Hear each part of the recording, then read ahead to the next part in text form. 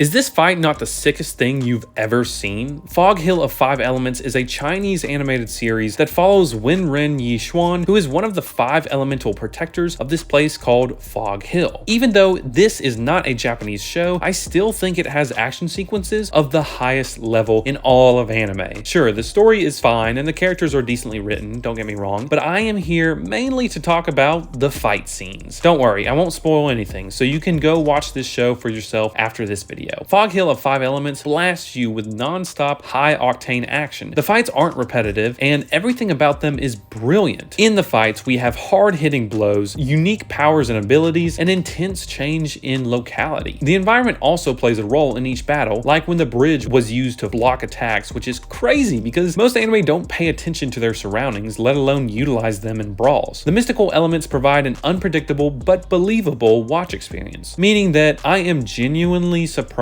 by each combatant's techniques. But those abilities are not pulled out of thin air. For example, Yixuan, the main dude, his strap ability can restrain the enemy, right? But it can also be hardened to create a sharp weapon. That is a logical use of that ability, I will say. It's not far-fetched like when someone in anime will just use a brand new attack that has nothing to do with their original power set. Every other aspect of these fights is flawless. Beautiful artwork, expressive and vivid imagery and colors, fast pacing, and captivating, shocking developments. Even in the first few minutes of the show, we get one of the coolest battles that I have seen in a long time, and I watch a lot of anime. I don't think that there has been something that made me laugh with joy and excitement since, I don't know, maybe earlier this year in spring, Hell's Paradise, but this show is crazy. If you haven't seen it, you just have to watch it, even if it is just to see those incredible fights. I also adore the artwork since the cinematography, if you can call it that in anime, blows me away. You will see these power-up scenes